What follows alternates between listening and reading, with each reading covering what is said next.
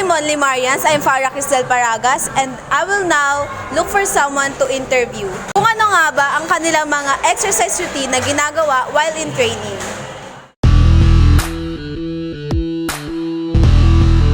Go.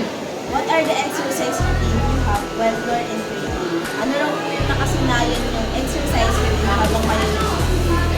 Stretching, jogging, sabay morning strategy.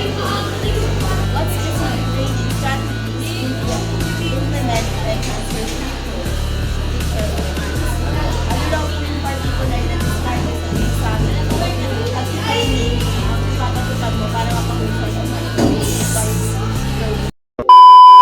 Push-up, sabay pambalakas ng pulso. 50 reps a day. My name is Eunice J. Malate. And my name is Mark Iorno Isanan from men's volleyball team. These are the questions.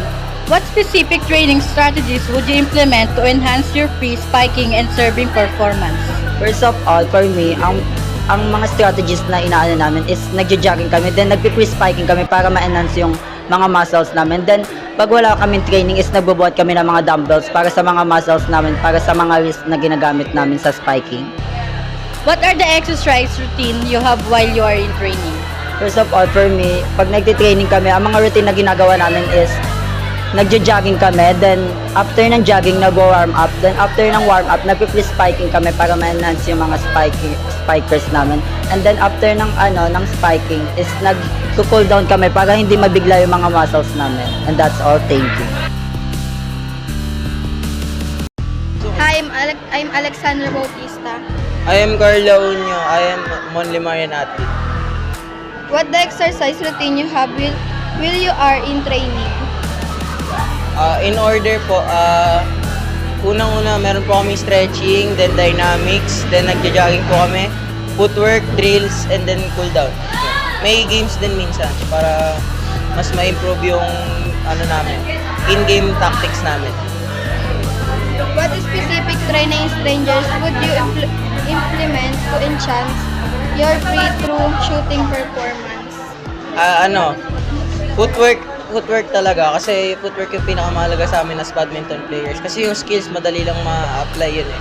Yung footwork yung pinakamahirap na part ng laro kasi kung mamamaster natin yung footwork is mahihirapan po tayong matalo sa court, which yun yung nagpapataas ng natin, ng win rate natin. Yun, tawag ko win rate.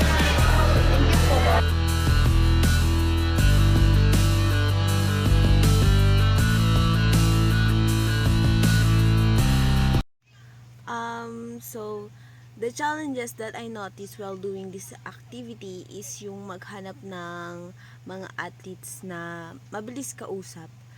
Like, kapag sinabing kung pwede ba silang interviewin is yung go agad sila. Ganun. For me, nakakatulong yung exercise routine nila sa mental health at physical health nila. Kasi sa mental, na e-express nila yung love nila sa sports na yon at nalilibang nila yung sarili nila. Yun. Tapos sa physical naman,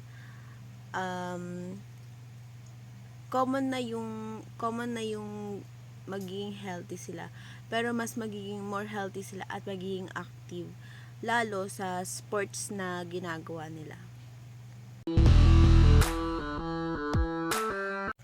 Sa basketball, ang ginagawa daw nilang exercise training ay isa na doon yung push-up, which is para mas lalong lumakas yung dibdib nila para di maano sa mga banggaan pag maglalaro sila.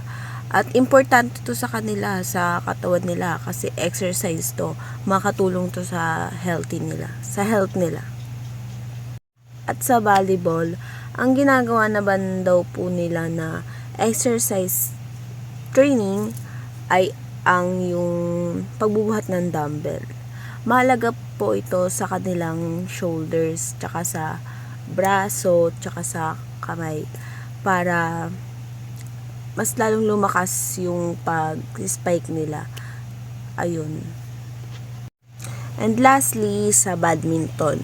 Ang ginagawa daw po nilang exercise routine ay ang footwork. Isa na dun yung footworks. At importante to sa kanila kasi para mas madali nilang mahabol yung shuttlecock na tatama sa kanila. Dahil sa pamamagitan ng footwork na training nila, mas lalong bibilis yung kanilang paa para ayun, di sila mabagal-bagal.